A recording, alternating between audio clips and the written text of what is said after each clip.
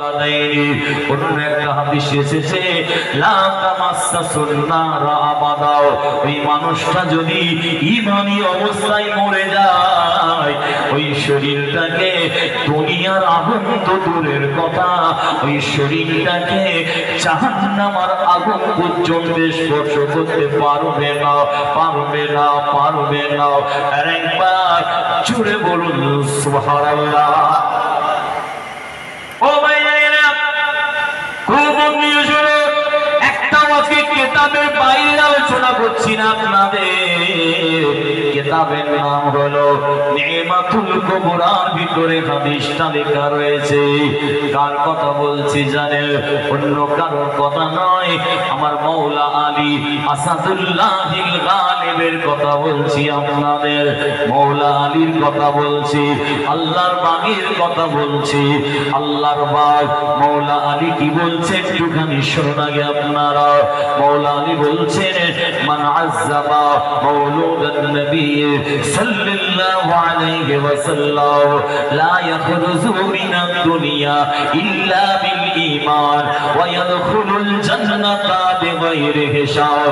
আমার মাওলা আলী বলছে, যে ব্যক্তিটা আমার নবীর মিলাদকে সম্মান করবে, ইজ্জত করবে, কদর করবে, মোহাব্বত করবে, ভালোবাসবে, প্যার করবে, অন্তরের অন্তঃস্থল থেকে নবীর মিলাদকে সম্মান করবে, আমার মাওলা আলী বলছে লা ইয়াখরুজু, ওই মানুষটাকে আল্লাহ বের করবেন না, অর্থাৎ লা ইয়ামুত, মউত দেবেন না, মৃত্যু দেবেন না, ইল্লা বিল ঈমান, ঈমান ছাড়া। অর্থাৎ নবীর মিলাদকে যারা সম্মান করবে, ইজ্জত করবে, কদর করবে, মোহাব্বত করবে, ভক্তি করবে, আমার আল্লাহ ওই মানুষগুলোকে ঈমানি অবস্থাতে মওত দিয়ে দেবেন। ওয়ায়াদখুলুল জান্নাতা বিগাইরি হিসাব। আল্লাহর বাগ মাওলা আলী কি বলছে জানেন? আসাদুল্লাহিল গালিব বলছে, ওয়ায়াদখুলুল জান্নাতা বিগাইরি হিসাব। আমার আল্লাহ ওই মানুষগুলোকে বিনা হিসাবে রহমতের দয়ার জান্নাত নসিব করে দেবে। জোরে বলতে পারবেন?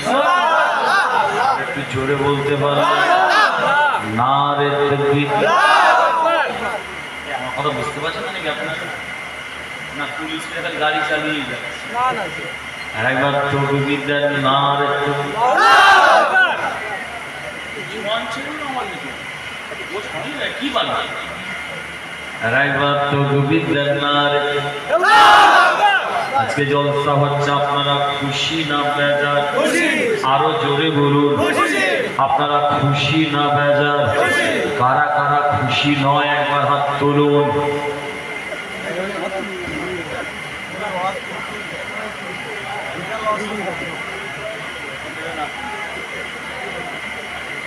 হাত তুলেছে? আমি বললাম কারা কারা খুশি নয় হাত তুলুন।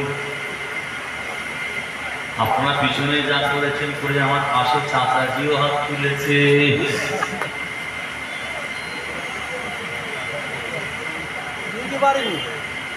মুসলমানের ঘরে ছেলেরা মেয়েরা খুব অন্বেষণ বোঝার চেষ্টা করো। আমার নবী, বিশ্ব নবীর কি যারা দেওয়ানা হয়ে গিয়েছিলেন, পাগল হয়ে গিয়েছিলেন, আমার নবীর জন্য যারা আশিক হয়ে গিয়েছে, আমার আল্লাহ তাদের নামটা ওলিদের খাতায়, আউলিয়াদের খাতাতে লিখে দিয়েছে। ভাই আমার, আরে সেই নবীকে আমার আল্লাহ সৃষ্টি না করলে কিছুই তৈরি করতেন না। সেই নবী আজকের মাসে 12ই রবিউল আউয়াল শরীফেতে আল্লাহ পাক দুনিয়ায় পাঠিয়ে দিয়েছিলেন। 12ই রবিউল আউয়াল শরীফে আমার নবী রাতের বেলা এসেছিলেন না ভাই, দিনের বেলা এসেছিলেন। রাতেও আসেননি আর দিনেও আসেননি। রাত এবং দিনের মধ্যখানে আমরা যেটাকে বলি সোবে সাদেকে সময় এসেছে।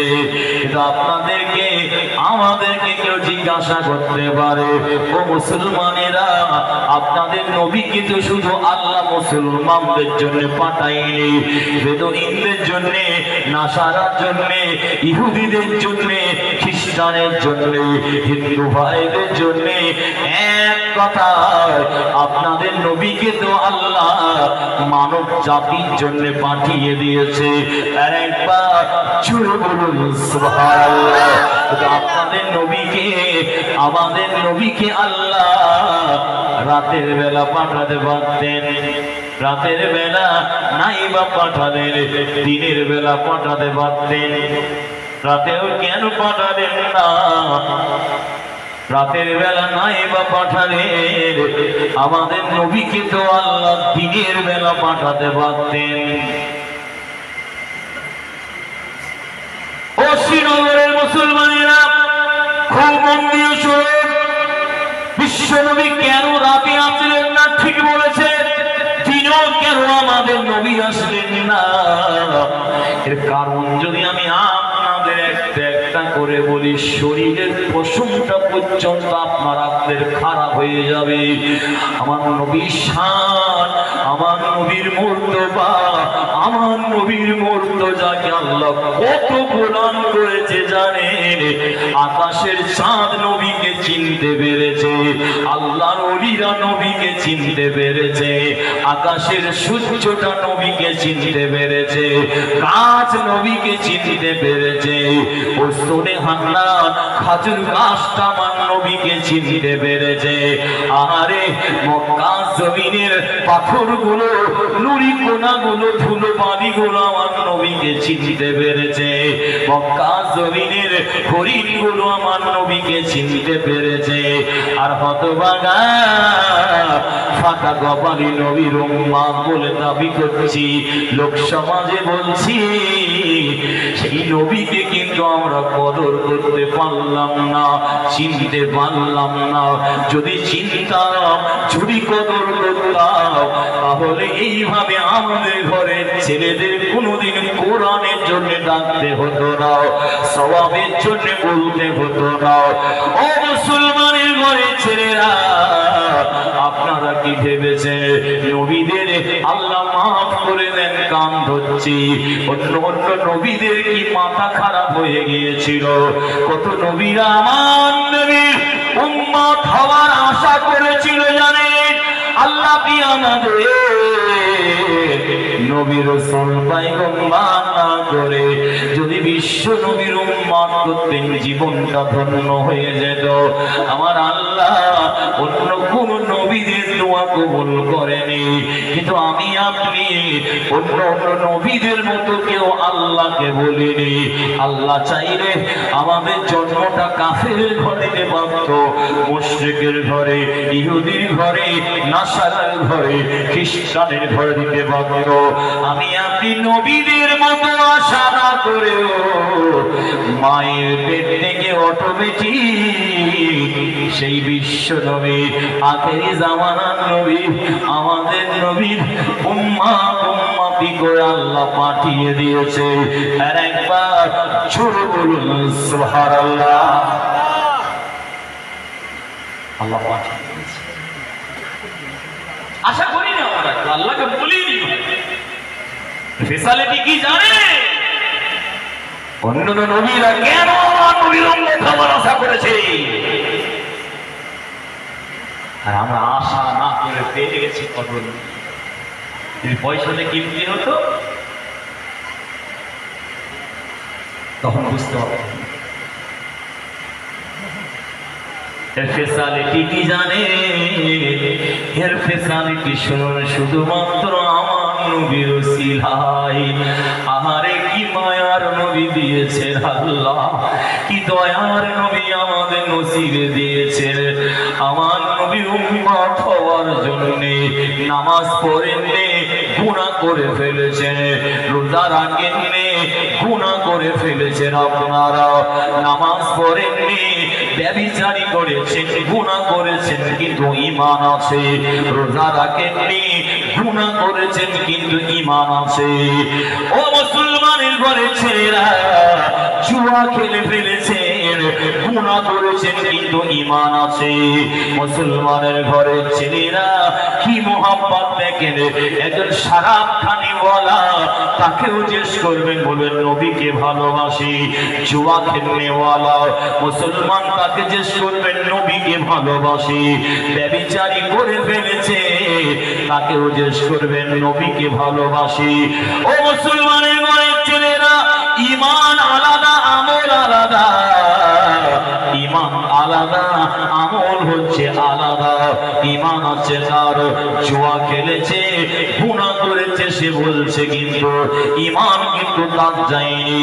কিন্তু সে যদি ওই হারাম জিনিসটাকে হালাল মনে করে করত, তখন কিন্তু ঈমান চলে যেত, কোনো কাজে আসতো না। মদ খেয়েছে, ভুল করে ফেলেছি আল্লাহ, গুনাহ করে ফেলেছি, মদ হারাম কাজ করে ফেলেছি, কিন্তু মদকে যদি হালাল মনে করে খেত তাহলে ঈমান চলে যেত। হারাম, হারামটাকে হারাম বলতে হবে, হালালটাকে হালাল বলতে হবে। ঈমান আলাদা, আমল আলাদা। আগে কিন্তু ঈমান রাখতে হবে। ঈমান যদি না থাকে, যতই নামাজ পড়েন নামাজ কবুল হবে না, যতই রোজা রাখেন রোজা কবুল হবে না। ঈমান আগে ঠিক রাখতে হবে।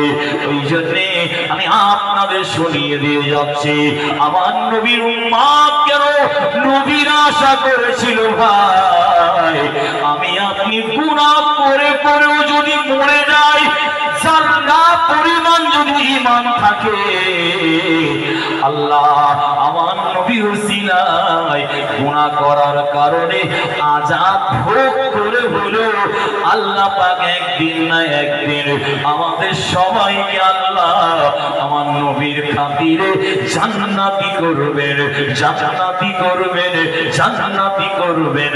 আর একবার জোরে বলুন সুবহানাল্লাহ।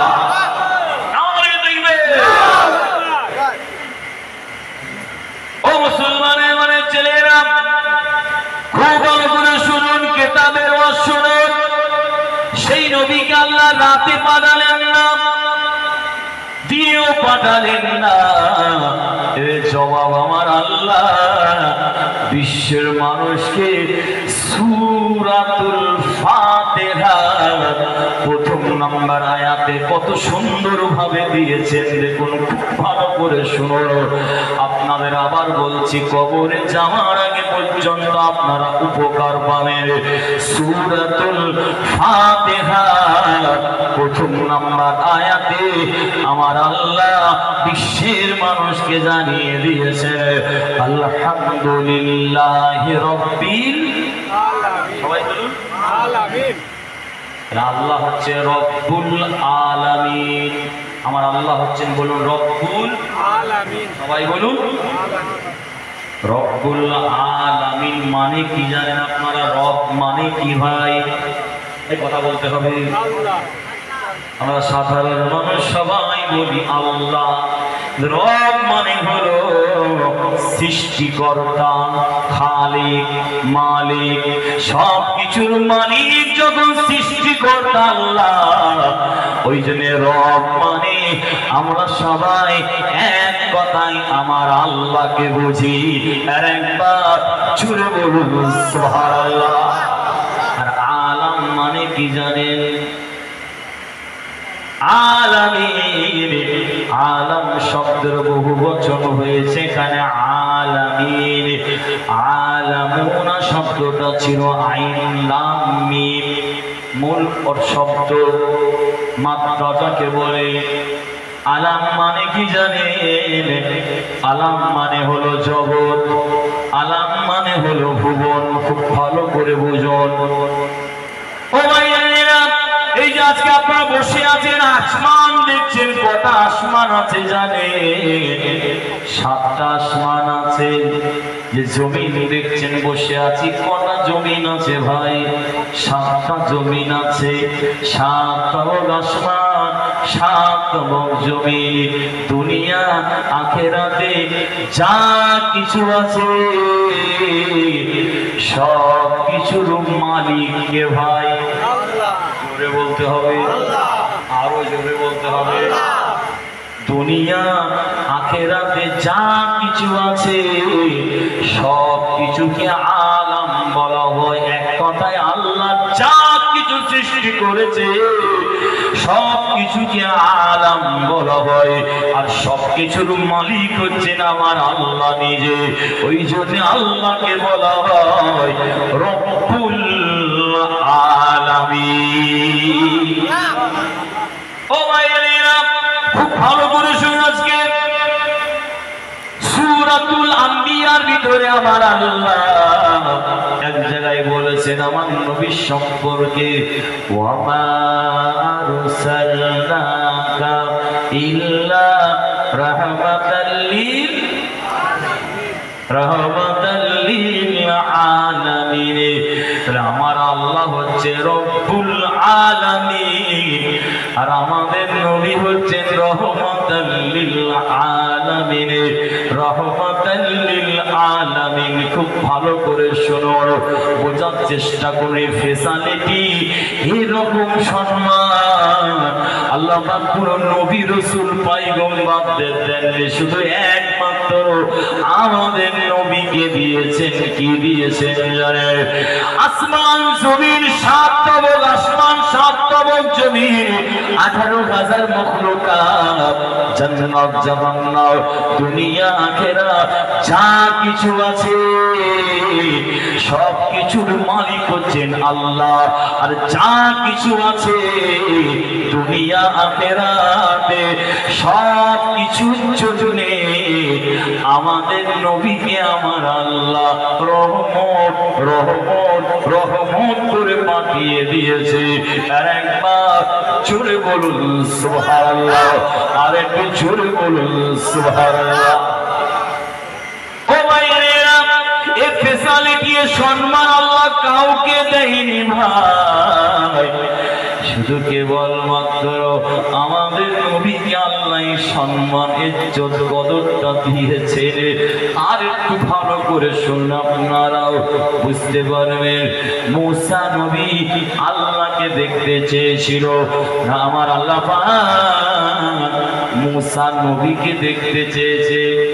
তাড়াতাড়ি বলতে হবে, মুসা নবী আল্লাহকে দেখতে চেয়েছিল, কিন্তু আমার আল্লাহ বলুন বলুন মুসা নবীকে দেখতে চাইনি।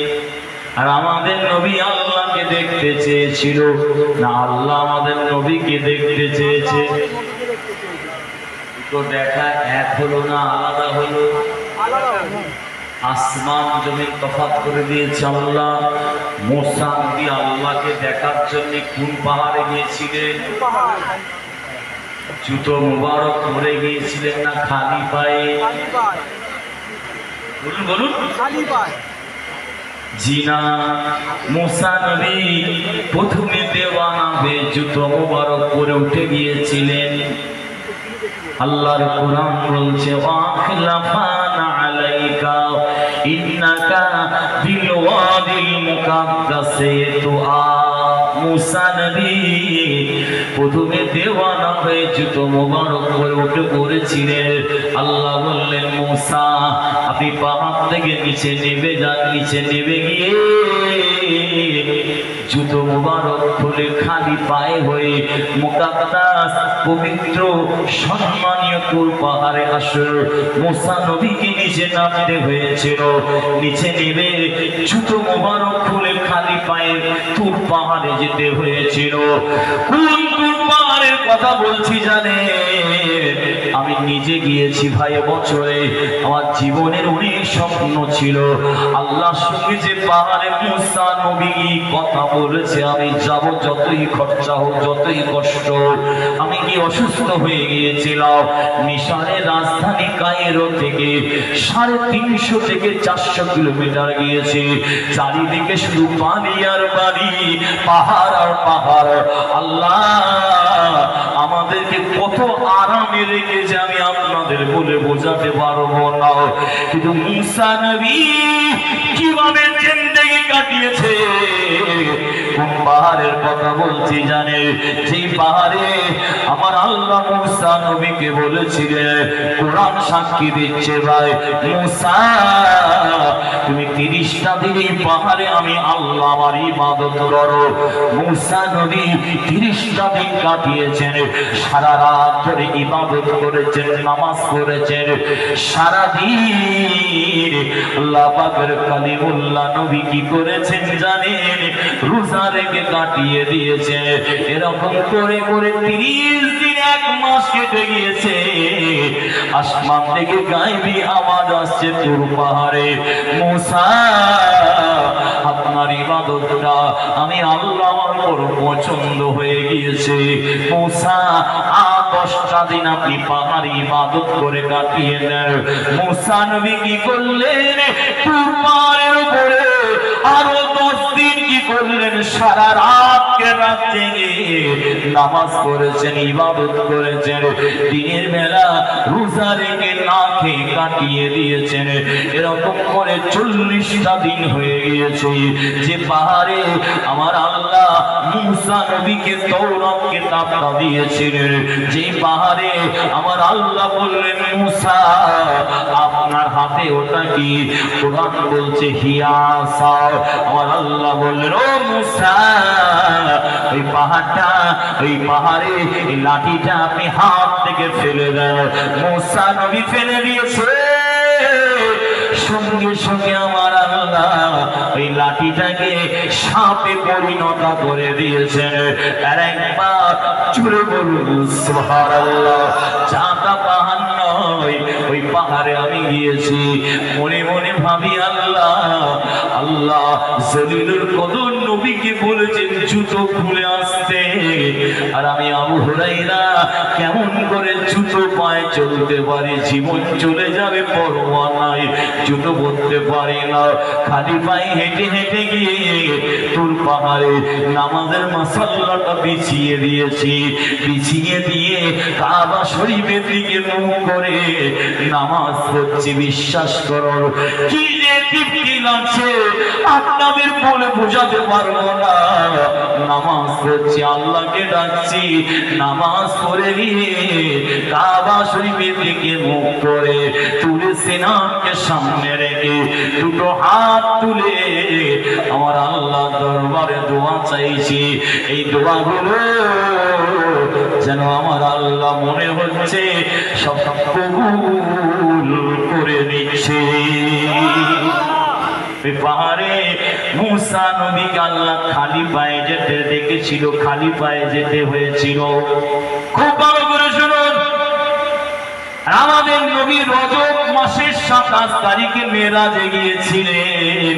কোরআন শরীফে সূরার নাম সূরাতুল আসরা, প্রথম নাম্বার আয়াতে আল্লাহ জানিয়ে দিয়েছেন সুবহানাল্লাযী আসরা বিআবদিহি লাইলাম মিনাল মাসজিদিল হারামি ইলাল মাসজিদিল আকসা। আপনারা জানেন ইসরাইল প্যালেস্টাইন যুদ্ধ শুরু হয়ে গেছে বললে চলে। মুসলমানদের কিভাবে নির্যাতন করেছিল এরা জানেন। মুসলমানেরা দেখে নিয়ে চান নয় আর নয়, এই সারা বছর গরু ছাগলের থেকে থাকার থেকে যদি বাঁচি একবারই বাঁচবো, বাঘের মতো বাঁচবো, জীবন চলে যাবে পরোয়া নাই। মুসলমানেরা আল্লাহু আকবার বলে জিহাদ শুরু করে দিয়েছে। আপনারা জানেন আমার নবীকে কাবা শরীফ থেকে বাইতুল মুকাদ্দাসে নিয়ে যাওয়া হয়েছিল, যেটাকে মিরাজ বলা হয়। আপনারা জানেন অনেক কথা আছে, আমি যাচ্ছি না ব্যাখ্যায়, সময় চলে যাবে, আসল জিনিস আপনাদের শোনা হবে না। আমি আপনাদের যে জিনিসটাকে বোঝাতে চাইছি, ও ভাইয়েরা, বিশ্বনবী দেওয়ানারা, ও আমাদের ঘরে সোনার মালিকেরা, আমার নবী মেরাজে গিয়েছেন, আল্লাহর সঙ্গে ইন্তিজার হবে। যাওয়ার সময় আমার নবীর একজন নবীর কথা মনে পড়ে গেল। কোন নবী জানে? মুসা নবীর কথা মনে পড়ে গেল। কি কথা জানে? মুসা নবী জুতো মোবারক পরে গিয়েছিল বলে আল্লাহ পাক পাহাড় থেকে নিচে নামিয়ে দিয়েছিলেন। জুতো মোবারক খুলে খালি পায়ে হয়ে মুকাদ্দাস তুর পাহাড়ে যেতে হয়েছিল। আর আমার নবী চিন্তা করলেন আমার পায়েতে জুতো রয়েছে, আমাকে যদি আল্লাহ পাক মুসা নবীর মতো আমাকে বলে ভাবি জুতো মোবারক খানা খুলে খালি পায়ে আসুন, ওই জন্য আমাদের নবী আগে থেকে ঠিক করে নিলেন। কি করলেন জানেন? জুতো মোবারক খানা খুলে খালি পায়ে হয়ে আল্লাহ দরবারে যাব, তাহলে আমার আল্লাহ মুসা নবীর মতো আমাকে বলবেন না, বলতে পারবেন না। অবিশ্ব নবী দেওয়ানা ও আমাদের ঘরে সোনার মানিকেরা, আল্লাহর ওলির দরবারে এসে একটুখানি আপনাদের শুনিয়ে দিয়ে যায়। কিতাবে লেখা রয়েছে আমার নবী নূরের নবী, হায়াতুন নবী, জিন্দা নবী, মুজাফফর নবী, মুজাম্মিল নবী, কামলিওয়ালা নবী, নূরানি কদম মোবারক থেকে জুতো মোবারক খুলছে, প্রত্যেকটা খুলেছে, আরেকটু খুলেছে, পুরোপুরি এবারে খুলে ফেলবে। গায়েবী আওয়াজ আসছে, হাবিবি রে আমি আল্লাহ আপনাকে মুসা নবীর মতো বলবো না। হাবিবি রে আমি আল্লাহ বলছি আপনি জুতো মোবারক খুলবেন না, জুতো মোবারক খুলবেন না। আমি আল্লাহ বলছি আপনাকে, আয় আমার হাবিব আপনি জুতো মোবারক খানা পরে আমার দরবারে আপনি আসুন, আমার দরবারে আপনি আসুন, জুতো মোবারক পরে আসুন। আর একবার ছুড়ে বলুন সুবহানাল্লাহ। মুসা নবীকে আল্লাহ কি বললেন? জুতো মোবারক পরে আসতে বললেন না খুলে আসতে বললেন? আর আমাদের নবীকে আল্লাহ কি বললেন? কেন বললেন? কেন বললেন ভাই? কি কারণে বললেন? পৃথিবীর ইহুদিরা, বৈজ্ঞানিকরা, জ্ঞানীরা কম গবেষণা করেন, কোরআনে ভুল বের করে দেখাবে। তারা কোথায় পেরেছে? কেউ পেরেছে? চেষ্টা ছাড়েনি তারা। আমার আল্লাহ বলেছেন যালিকাল কিতাবু লা রাইবা ফীহি। ও ভাইরা, বিশ্বনবী দেওয়ানা ও শ্রীনগরের মুসলমানের ঘরের ছেলেরা, আমাদের ঘরের মামুনিরা খুব মন দিয়ে শুনুন আপনারা। কিতাবের ভিতরে এসেছে আমার নবীকে আল্লাহ কেন জুতো মোবারক পরে আসতে বললেন, মুসা নবীকে কেন জুতো মোবারক পরে আসতে বললেন। হাবিবি রে আপনি জুতো মোবারক পরে যখন আসবেন, আপনার কদমের নিচে থেকে, জুতো মোবারকের নিচে থেকে কিছু ধুলো, কিছু পানি, কিছু ময়লা উড়বে, উড়ে উড়ে গিয়ে আমি আল্লাহ আরশে গিয়ে পড়বে। আমার আরশটা পর্যন্ত ধন্য হয়ে যাবে, কেননা আরশের মালিক হচ্ছে আমি আল্লাহ, সব কিছুর মালিক হচ্ছে আমি আল্লাহ। আর আমার আরশের জন্য হাবিব আপনাকে আমি আল্লাহ রহমত করে পাঠিয়ে দিয়েছি। শুধু আমার আরশ নয়, আমি আল্লাহ যা কিছু সৃষ্টি করেছি সব কিছুর জন্য আপনাকে রহমত করে পাঠিয়ে দিয়েছি। আর একবার জোরে বলুন সুবহানাল্লাহ।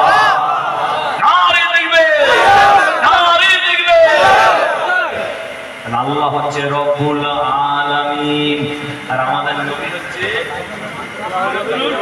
রাহমাতুল লিল আলামিন।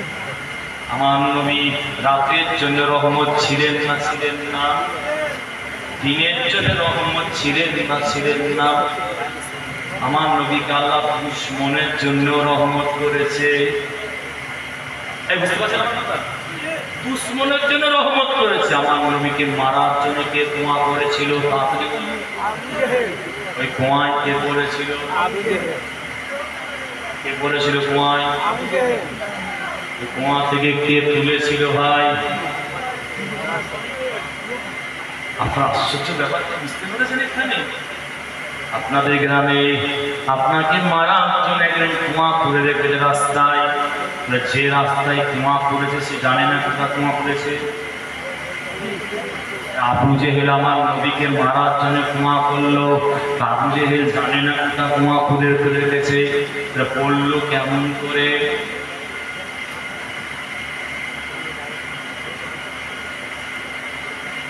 আমার নবী যে রাস্তাতে নামাজ পড়তে যেতেন, ওই রাস্তায় একজন মহিলা কাঁটা বিছিয়ে রাখতো। আপনারা জানেন বিছিয়ে রাখেননি? ওই মহিলার নাম কি ভাই? ও ভাই খুব বন্ধু শুনুন কেমন নবী করেছে আমাদের। আমার নবীকে মারার জন্য আবু জেহেল মক্কার কাফেররা কম চেষ্টা করেনি, সব চেষ্টাকে আমার আল্লাহ বৃথা করে দিয়েছেন। আবু জেহেল আমার নবীকে মারার জন্য কুয়া করলো।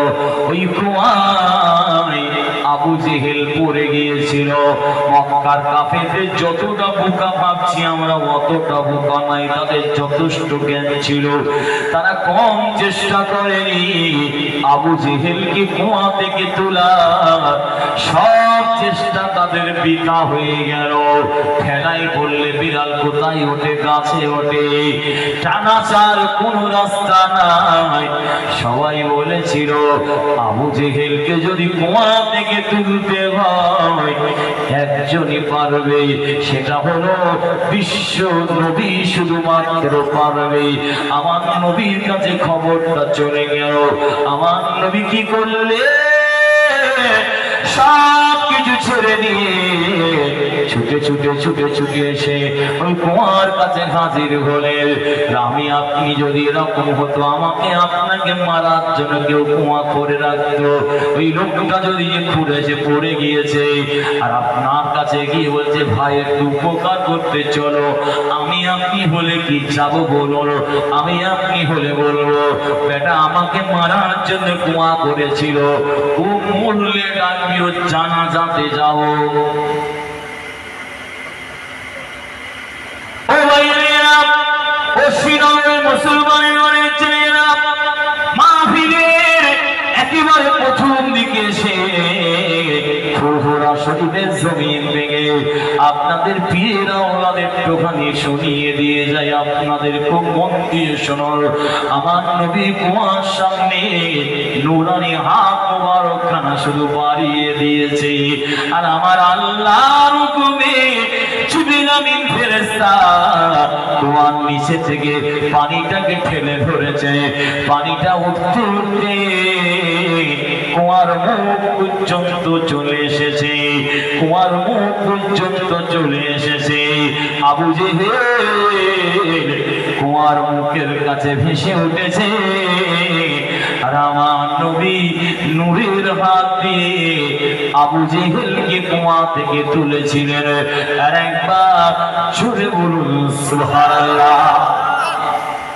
ও ভাইয়েরা, বিশ্বনবী দেওয়ানারা, আমার নবী যে রাস্তা দিয়ে নামাজ পড়তে যেতেন সেই উম্মে জামিল কি করেছিল? কাঁটা বিছিয়ে রেখে দিত।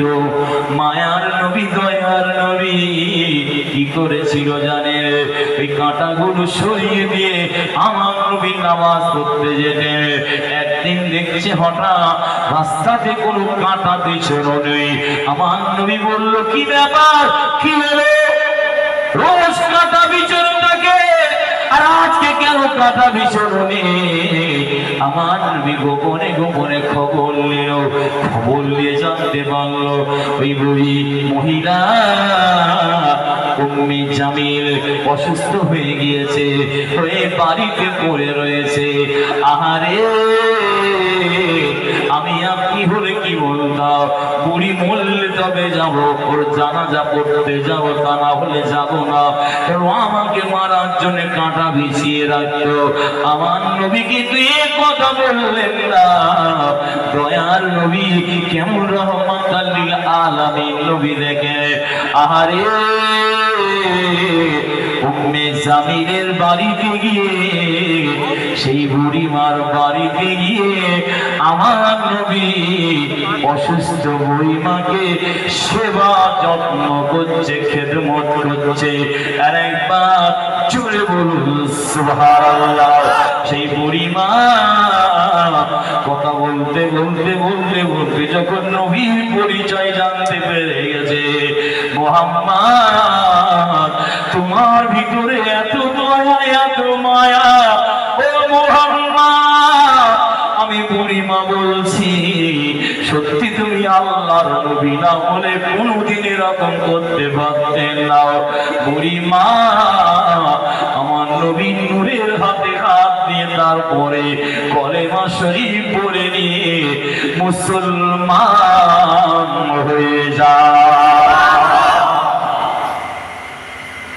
আল্লাহ হচ্ছে রব্বুল আলামিন আর আমাদের নবী হচ্ছে রহমাতুল আলামিন।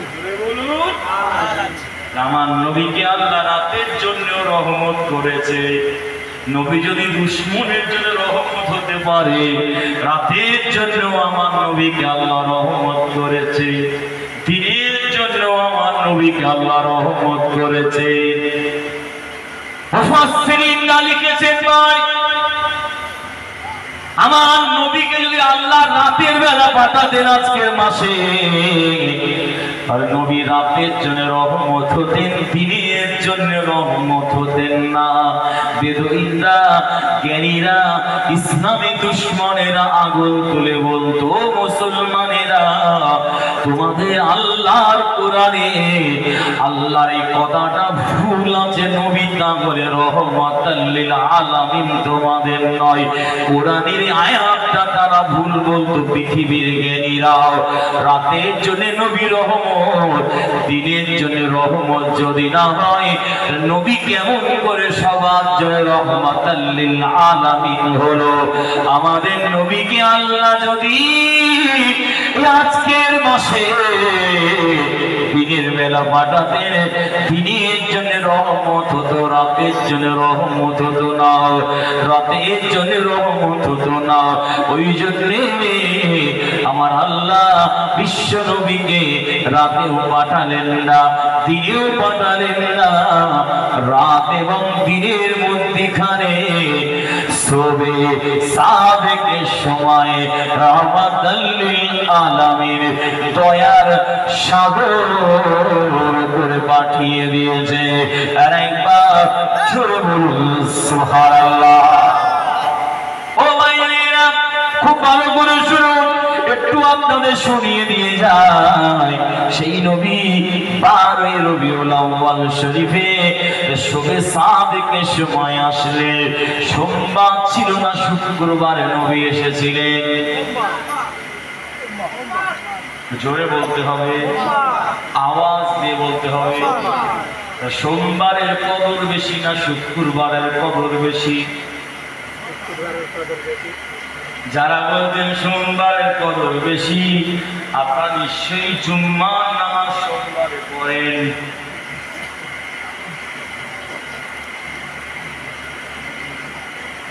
আমারা বুঝতে পারছেন কি আপনারা? তাকবীর দেন জন্য। আমার ভাই আছে শেখ ইসাহাক ভাই, আপনাদের সব শোনায় ভাই। আমি যখন এসেছি একটু আপনার কোরআন হাদিস একটু বলে যাচ্ছে,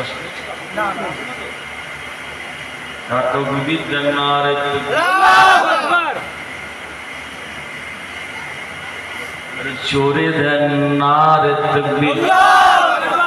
সোমবারের কদর বেশি না শুক্রবারের কদর বেশি?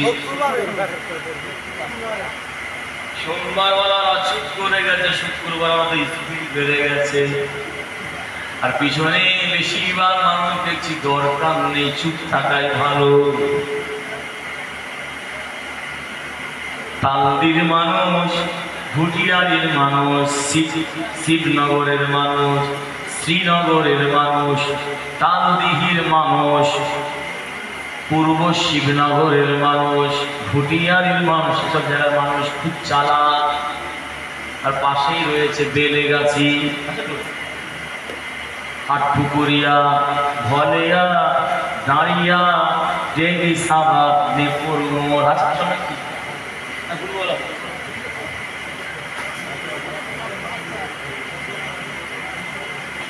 ও ভাইয়েরা খুব ভালো করে শুনুন, কি বলতে চাইছি আমি আপনাদের। আজকে ফয়সালা আপনারা দেবেন, সমাধান আপনারা দিতে পারবেন। আজকে আপনাদের সব মুফতি বানিয়ে দিয়ে যাব। আমি একটা করে দলিল দেব, আর আপনারা এই দলিলের ভিত্তিতে আপনারা আজকে ফয়সালা দেবেন। মুফতি বলতে ফতোয়া দেনেওয়ালাকে বলছি, আপনারা ওই মুফতির কথা মনে করবেন। আজকের আলোচনার সমাধান আপনারা দিতে পারবেন। শুক্রবারের কদর বেশি না সোমবারের কদর বেশি? সংক্ষেপে দু চারটা হাদিস বলছি আপনাদের। কিতাবের নাম হলো আল্লাহর নবী দয়ার নবীর একটা হাদিস আপনাদের শুনিয়ে দিয়ে যায়। ও ভাইয়েরা, বিশ্ব নবী বলছেন, ও বাবারা ছেলেরা, মাহারা ছেলেরা, ওই তিন ছেলেরা, এসির ছেলেরা, আপনারা খুব মন দিয়ে শুনুন। শুরুল ঈমান লিল বাইহাকি বলে হাদিসের কিতাব আছে, ওই কিতাব এসেছে, মান যারাল কবর আবগাইহি আও আহাদিহিমা ফি কুল্লি ইয়াউমিল জুমআতি গফিরা লাহু যুনুবাহু। আল্লাহ নবী, বিশ্ব নবী, নূর নবী, হায়াতুল নবী, জিন্দা নবী জানাচ্ছেন, কি বলছেন হাদিসটা?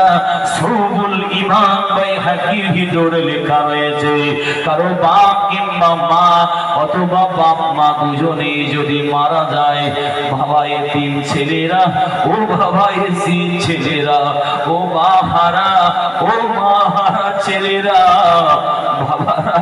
বাবারা, আপনারা কাঁদবেন না, রোনাজারি করবেন না, চোখের পানি ফেলবেন না।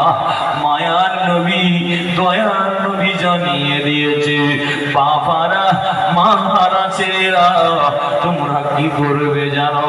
ইয়াউমুল জুমআ, শুক্রবার দিন যখন আসবে, তোমরা গোসল করে নিয়ে, ভালো জামা কাপড় পরে, আতর মেখে, খুশবু মেখে নিয়ে ওযু করে মসজিদে যাবে, গিয়ে নামাজগুলো আদায় করে নেবে, খুতবা শুনবে। খুতবা চলাকালীন কোনো নামাজ পড়া চলবে না। খুতবা হয়ে গেল, জুমার নামাজটা আদায় করে নেবে, নিয়ে তোমরা বাকি নামাজগুলো তোমরা পড়ে নেবে। পড়ে নিয়ে, ও বাবারা ছেলেরা, ও মাহারা ছেলেরা, ওই তিন ছেলেরা, ওই অসীম ছেলেরা, বাবারা, ইয়াউমুল জুমআ, শুক্রবার দিন বাকি নামাজগুলো পড়ে নিয়ে তোমরা মায়ের কবরের কাছে যাবে, বাপের কবরের কাছে যাবে, অথবা মা কিংবা বাপের ঘরের কাছে গিয়ে নিজেরা যাবে, তেলাওয়াত করবে।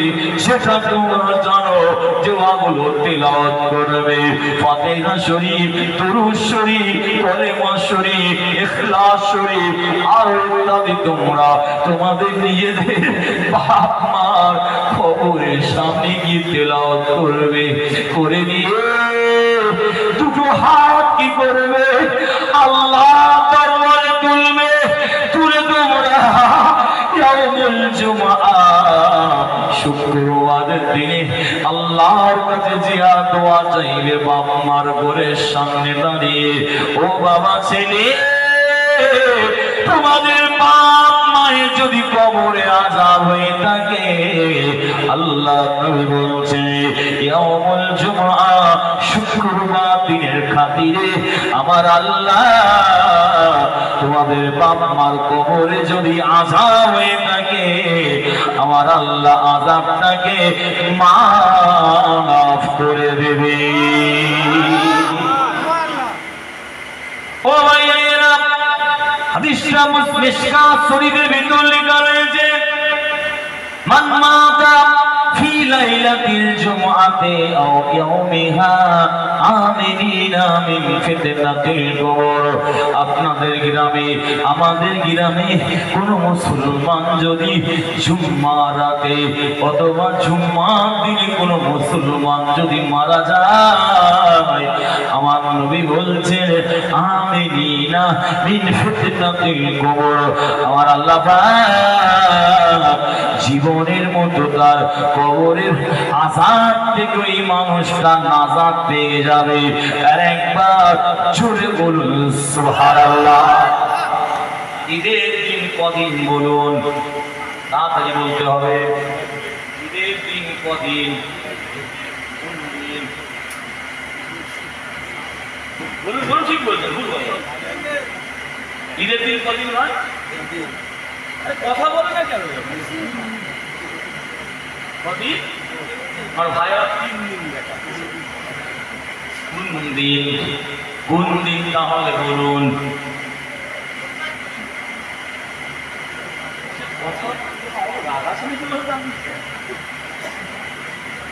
ও ভাই, খুব ভালো করে শুনুন, আমরা এতদিন জানতাম ঈদের দিন হচ্ছে 2 দিন। 1 মাস রোজা রাখার পরে, সিয়াম সাধনার পরে মুসলমানদের কাছে একটা ঈদ আল্লাহ রেখে দিয়েছে, ঈদুল ফিতর। ফিতরা আদায় করতে হয় বলে ওই ঈদকে ঈদুল ফিতর বলা হয় একটা দিন। আর একটা কোন দিন আছে জানেন? ইয়াউমুল ঈদুল উদহিয়া, আমরা যেটাকে বলি কুরবানির ঈদ। একটা হচ্ছে ঈদুল ফিতরের ঈদ, আর একটা হচ্ছে ঈদুল উদহিয়ার ঈদ। কিন্তু আপনারা শুনলে অবাক হয়ে যাবেন, আমার আল্লাহ পাক মুসলমানদেরকে আর একটা ঈদের দিন দিয়েছে। আমার রাসূল বলছেন ঈদুল আরাফাত।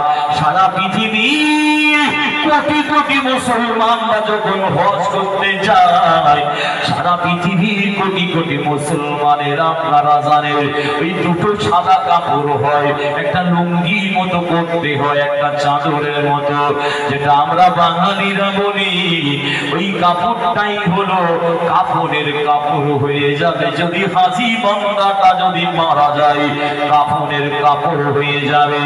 সারা পৃথিবীর কোটি কোটি মুসলমানদেরকে ওই আরাফাতের ময়দানে থাকতে হবে। যদি না থাকে আল্লাহ দরবারে তাদের হজটা কবুল হবে না।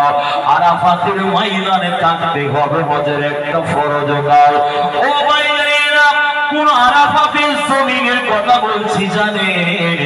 আমার আল্লাহ পাক আদম সাল্লামকে যখন জান্নাত থেকে বের করে দিয়েছিলেন, কোথায় ফেলে দিয়েছিলেন জানেন?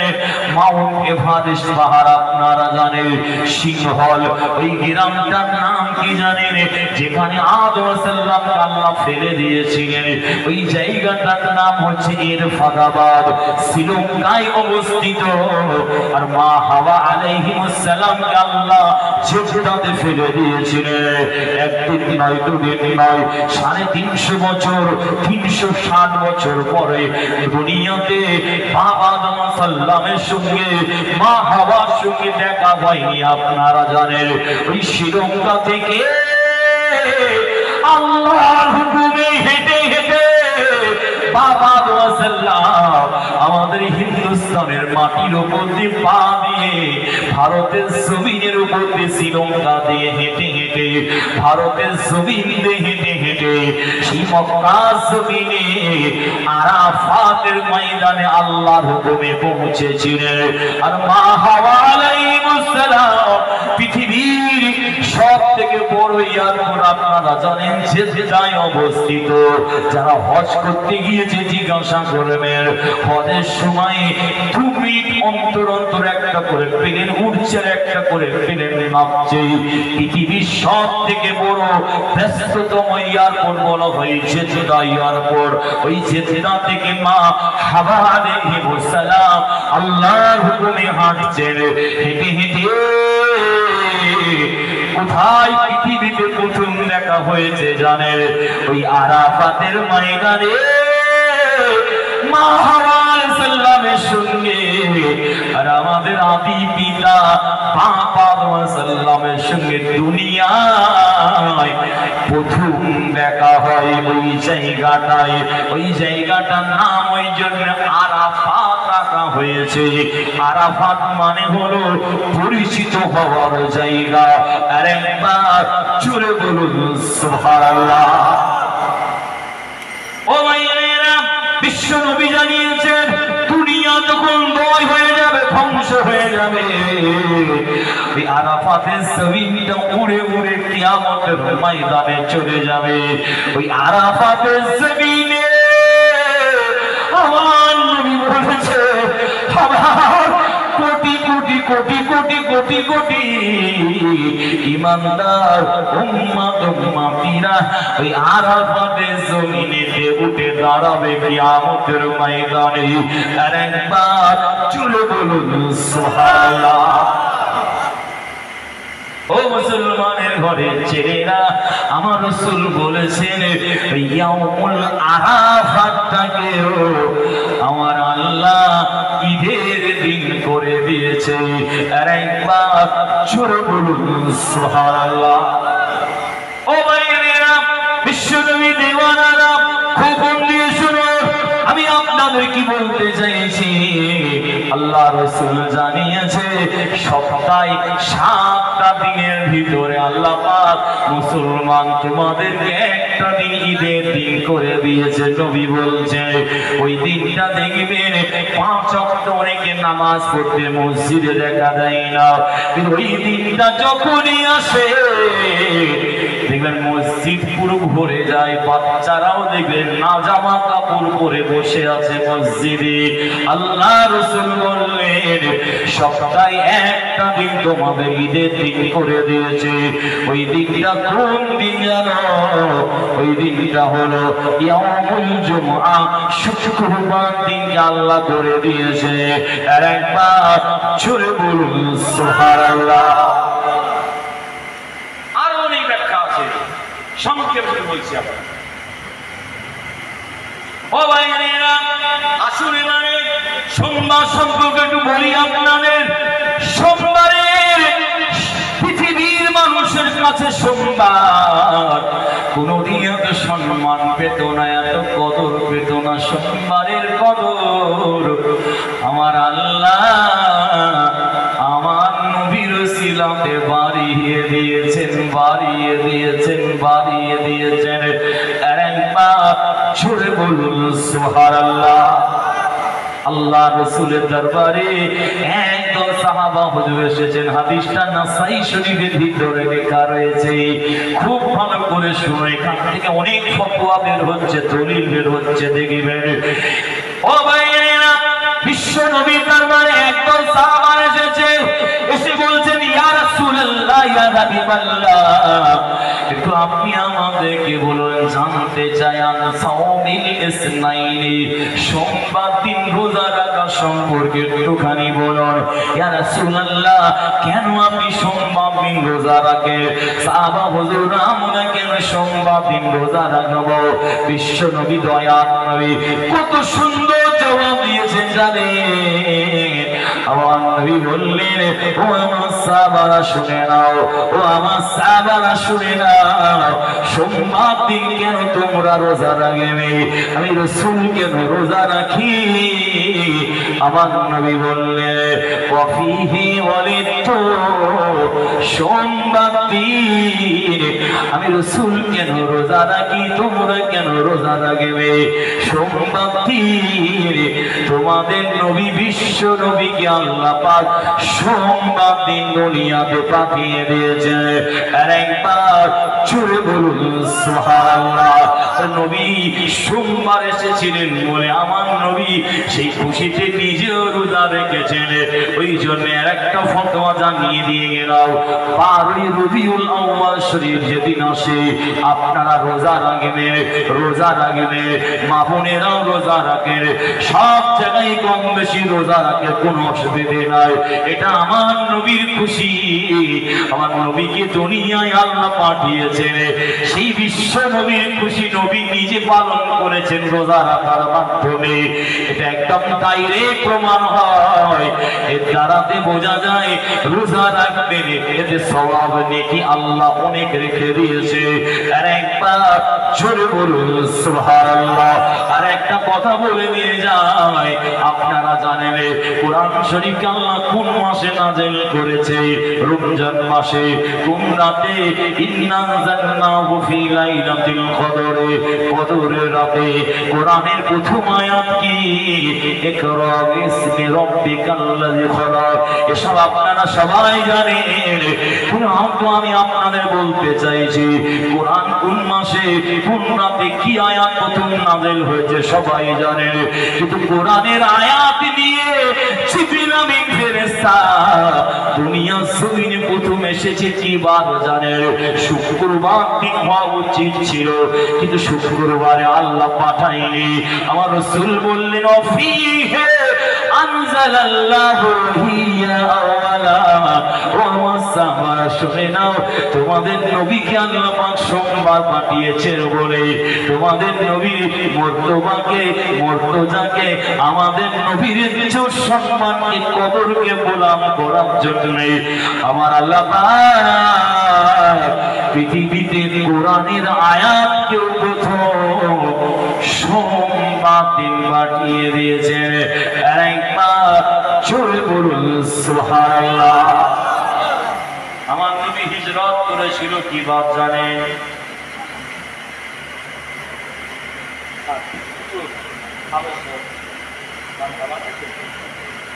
যাই হোক, আর নয়, আল্লাহ করাই তো ভুলে বেজে গেছে, দশটাই না আবার কথা। মাশাআল্লাহ, আল্লাহ after time will be try. আমার আলোচনা এখানেই সমাপ্ত করলাম। ফুরফুরা শরীফের জমিন থেকে এসব বিশ্বাস করলাম 2 বছর বন্ধ করে দিয়েছিলাম কবরের ওয়াজ। আপনারা জানেন আমার আব্বাজান হুজুর কেবলা ইন্তেকাল হয়ে গেছে বাংলা চৈত্র মাসের 7 তারিখে। যে মানুষটা ওই ভালো জামাও পরেননি, তারা ভালো গাড়িও চাপেন, নিজে রান্না করেছেন, নিজে মেহমানদের খাইয়েছেন। কি মানুষ ছিলেন ভাই! মরিদানকে কানতেন মেহমানরা, হুজুর আপনি আমার পীর, আপনি বসেন, আমরা খেদমত করছি। হুজুর কেবলা নবীর সৈন্য তাদাই করে নিয়েছে। আমার দাদাজান ছোট হুজুর কেবলা রাহমাতুল্লাহ আলাইহি তাবিজের দায়িত্ব দিয়ে গেছিলেন। সবসময় রুগী, সবসময় তাবিজ করে মানুষ বসে থাকতো, লাইন যাত্রা দেখেছেন। কি মানুষ চলে গেছে, মুরব্বীরা সব দেখতে পাচ্ছি, বহুত মানুষ এখানে বসে আছে হুজুর কেবলা দরবারে ব্যবস্থা চলে গেলেন। আল্লাহ নবী বিশ্বাস করে আরাম করেন, পয়সার আশা করেনি, ধনী গরিব দেখেন, মেহমান আসলে সব এক কাতারে বসিয়ে দিত, পয়সার চিন্তা করতে, রোজির মান। আল্লাহ আমাদের জলসায় নিয়ে যায়, আল্লাহ প্লেনে করে জলসায় নিয়ে যাচ্ছে, পশ্চিম বাংলার বাইরে যাচ্ছে, আল্লাহ ভারতের বাইরে নিয়ে গেছে। দেখছি মেহমানদের ঘর বাড়ি, দেখছি মনটা সব হুজুর কেবলার ঘরটা সাজিয়ে দেবো, ভালো মার্বেল লাগিয়ে দেবো, এসি লাগিয়ে দেবো, মূল্যবান ফল সিলিং করে দেবো, অমক তমক সাজিয়ে দেবো। হুজুর কেবলা আমাকে নিষেধ করেছিলেন, বলেছিলেন তোদেরকে এলেম শিখিয়েছি এসব করার জন্য, এসব করার জন্য নয়, আমি তোদেরকে এলেম শিখিয়েছি তোরা এলেম অর্জন করার পরে ইসলামের খেদমত করবি, বিশেষ করে আমার দাদা হুজুর কেবলা সিলসিলা তোরা খেদমত করবি। আর আমি ইন্তেকালের পরে কবরে শুয়ে শুয়ে সওয়াব নেকি পেতে থাকবো। একবার জোরে বলুন। মনে করতেন, আজকে বলে যাচ্ছে, আমার বড় চাচাদা যদি মনে করতেন, আমার আব্বা যদি মনে করতেন, সোনার খাট পালনে শুয়ে থাকতে পারতেন। যদি মনে করতেন রোজ একটা করে মুড়ি রেডি হয়ে আছে, একটা করে নতুন পানি দিয়ে যেতেন। কোনোদিন আশা করেননি ভাই, ফুল চলে যাচ্ছে, যাওয়ার আগে বলে যাচ্ছে, ফুলের বাগান চলে যাচ্ছে। আমরা কিছু কাঁটা চিত্র ফুল ধরে গিয়েছি। আল্লাহ নিয়ামত তুলে চাকরি রাওয়ানায় একটু বেজুল এলমা এনেতে তুলে নেওয়া হবে। জাহালা, সমাজের অজ্ঞতা মূর্খতাকে বাড়িয়ে দেওয়া হবে। রাসূল বলেছে, হাতে আঙুলের টুকরো রাখাটা যত কঠিন হবে, ঈমান বাঁচিয়ে রাখাটা তত কঠিন হবে। বুঝলে, আখেরি জামানায় দাদা হুজুরকে জান দিয়ে ভালোবাসা অনেক কিছু দেখছে, অনেক কিছু দেখে যাচ্ছে তারা। আপনার দাদা হুজুরকে লক্ষ্য করবেন, 5 হুজুরকে লক্ষ্য করবেন। দাদা হুজুরের আদর্শ আমার ভিতরে থাকবে, আমার কাছে আসবে, বলে যাচ্ছি আমার ভিতরে নেই, আমার কাছ থেকে বিরাট বিনয় সরে আসবে, ক্যারেক্টার কথা জানবো। দাদা হুজুরকে জানতে ওই জন্য ওসিয়াতনামা লিখে দিয়ে গেছে। বুঝলে, যাই হোক ভাই সাহেব, বললাম দুলালের তাল মিস্ত্রি দেখেছেন, লেখা থাকে নকল হইতে সাবধান। আর এখন নকল মালেই আমি আবু হুরায়রা সিদ্দিকে লিখে দিচ্ছি, নকল হইতে সাবধান। বলুন কোথা যাবে? আখেরি জামানায় খুব কঠিন সময়। নবী যে কটা আলামত বলেছেন কম বেশি সব মিলে গেছে, শুধু আলামতুল কুবরাগুলো বাকি আছে। ভাই সাহেব, পীরের আওলাদ হিসাবে আপনাদের বলে গেলাম, আল্লাহ যেন আমাদের সবাইকে বলার থেকে শোনার থেকে বেশি বেশি আমল করা তৌফিক দান করেন। বলুন আল্লাহুম্মা আমিন, জোরে বলুন আল্লাহুম্মা। বিদায় নেব। আমার অত্যন্ত প্রিয় ফুরফুরা সুদী অর্ধেক জিন্দেগি কেটে গেছে। আল্লাহ তাই মাশাআল্লাহ